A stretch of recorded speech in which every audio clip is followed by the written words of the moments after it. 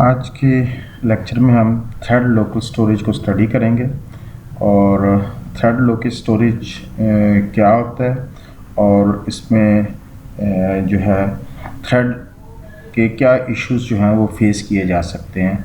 तो इससे पहले कि हम प्रॉपरली थ्रेड लोकल स्टोरेज को देखें तो that suppose there is program, एक प्रोग्राम है in which 3 thread parallelly executing, 3 thread जो हैं वो पैरेलली एग्जीक्यूट हो रहे हैं। लेट्स सी सपोज हम कहते हैं कि इन थ्रेड्स के अंदर जो है F1 फंक्शन है, सपोज F2 फंक्शन है एंड F3 फंक्शन जो है।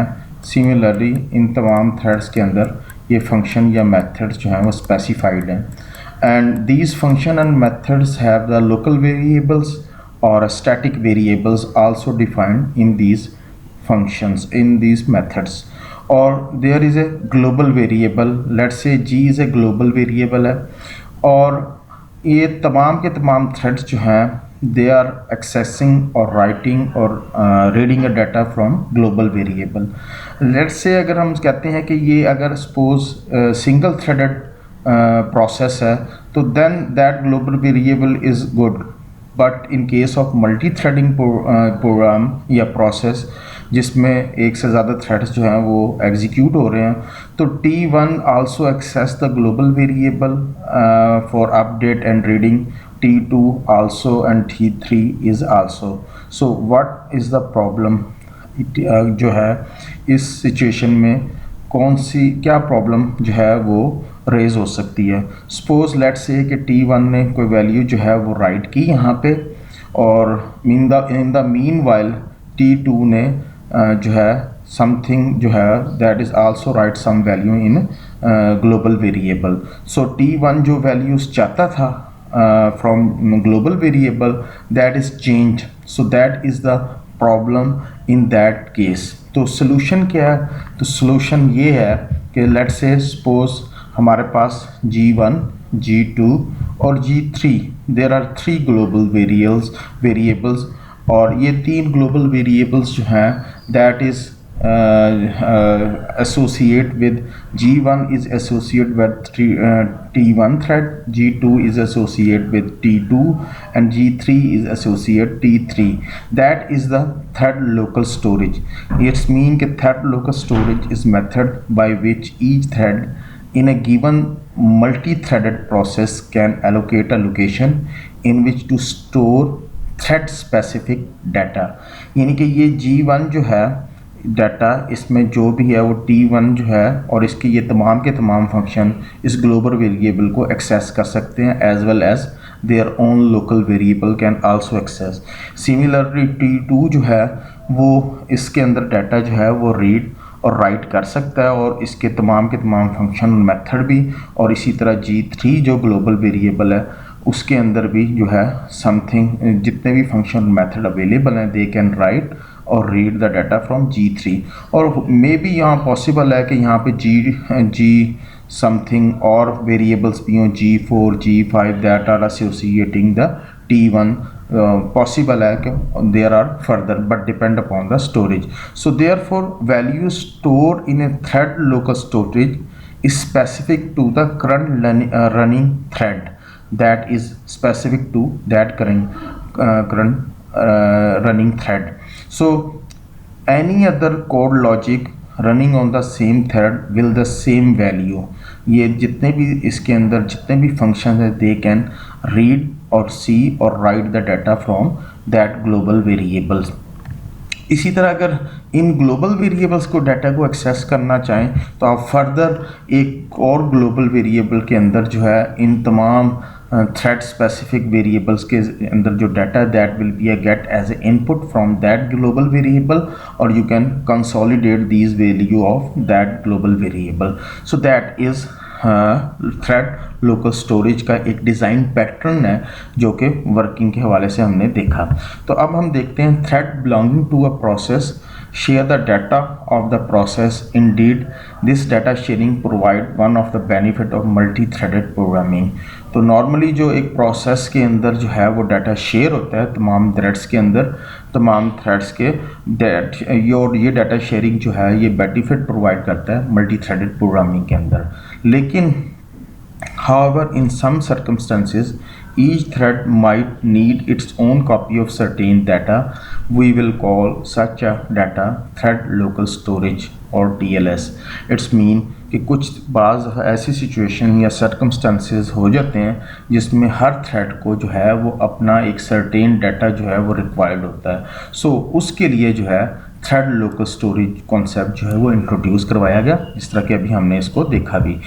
फॉर एग्जांपल के एक ट्रांजैक्शन प्रोसेसिंग सिस्टम है, ट्रांजैक्शंस हो रही हैं, उस ट्रांजैक्शन प्रोसेस के अंदर in transaction processing system we might service each transaction in a separate thread.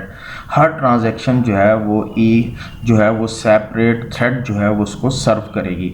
Further more each transaction might be assigned a unique identifier. हर ट्रांजैक्शन को एक यूनिक आइडेंटिफायर असाइन किया जाएगा to associate each thread with इस unique identifier. और वो जो transaction है दैट विल बी एसोसिएट जो है वो किसी एक आइडेंटिफायर के साथ होगी और उस आइडेंटिफायर का थ्रेड के साथ होगी और उस थ्रेड का भी जो है वो यूनिक आईडी होगा। So we can use a thread local storage. तो इस सिनेरियो में जिसमें हमने देखा कि ट्रांजैक्शन प्रोसेसिंग सिस्टम है, डिफरेंट ट्रांजैक्शंस जो है मल्टीपल ट्रांजैक्शन जो है वो एग्जीक्यूट हो रही हैं, तो हर ट्रांजैक्शन जो है that will B associate with the thread and single thread, and thread जो है उसका एक यूनिक थ्रेड आईडी है जिसके साथ वो ट्रांजैक्शन एसोसिएट है। तो ये एक एग्जांपल है जिसमें हमें लोकल स्टोरेज की ज़रूरत जो है पड़ेगी।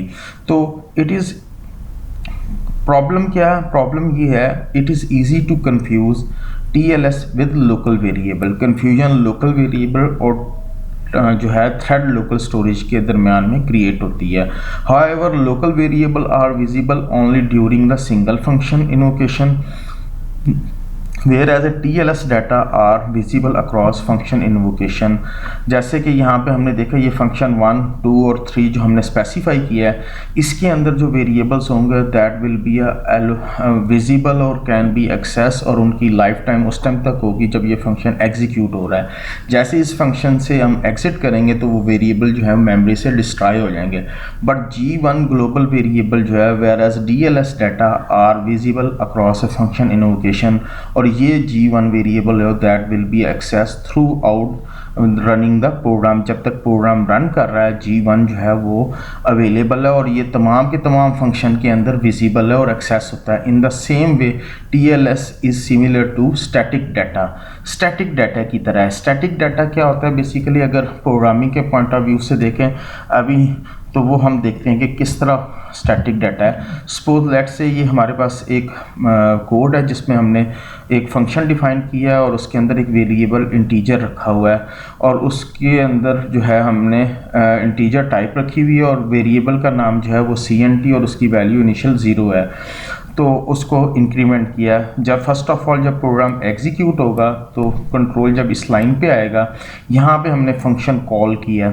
जैसे ही फंक्शन कॉल होगा और फंक्शन का नाम s वैल्यू रखा है, कंट्रोल जो है वो that will be a transfer to that function.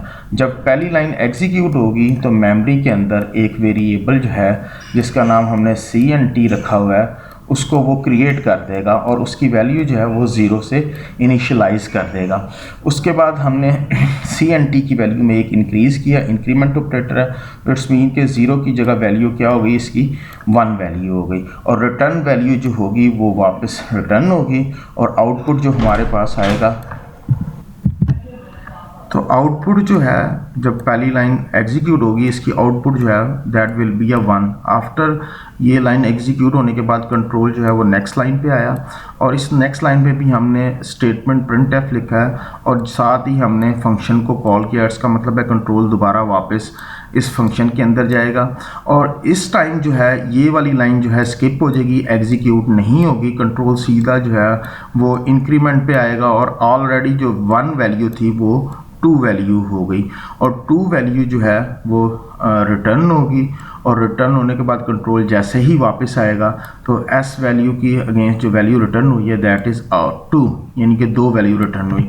अब हमने देखा कि यहाँ पे जो वैल्यूज़ थी स्टैटिक वेरिएबल उसकी वैल्यू परसिस्ट कर रही थी इवन के फंक्शन से हम एग्जिट होने के बाद मेन प्रोग्राम में गए और मेन प्रोग्राम से दोबारा वापस रिटर्न हुए हैं, तो लेकिन जो है काउंट वेरिएबल की वैल्यू स्टिल उसमें परसिस्ट कर रही थी। इसका मतलब है कि स्टैटिक डाटा जो है that will remain in a memory until the program termination, यानी कि प्रोग्राम जब तक एग्जीक्यूट होगा तो स्टैटिक डाटा जो है वो मेमोरी के अंदर मौजूद रहेगा। अच्छा जी, the difference that TLS data are unique to each thread, ये जो डाटा है TLS वाला ये यूनिक रहेगा। तो इसका मतलब है कि जो है लोकल वेरिएबल और local data that are single function invoking within that local data is defined. इसका मतलब है कि थ्रेड लोकल स्टोरेज जो है वो विजिबल टू ऑल फंक्शन जो है थ्रेड के तमाम फंक्शन को जो है विजिबल है, जो कि अभी हमने देखा भी। तो दैट इज़ जो है difference between local storage, thread local storage and static data. So that is thread local storage.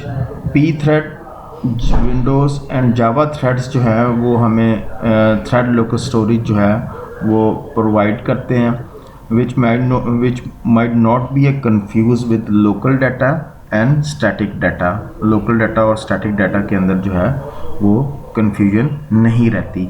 So that is thread local storage. It's mean कि थ्रेड लोकल स्टोरेज इज़ जो है basically is method by which each thread in a given multi thread process can allocate a location in which to store the specific thread specific data, that is your TLS, यानी कि thread local storage है।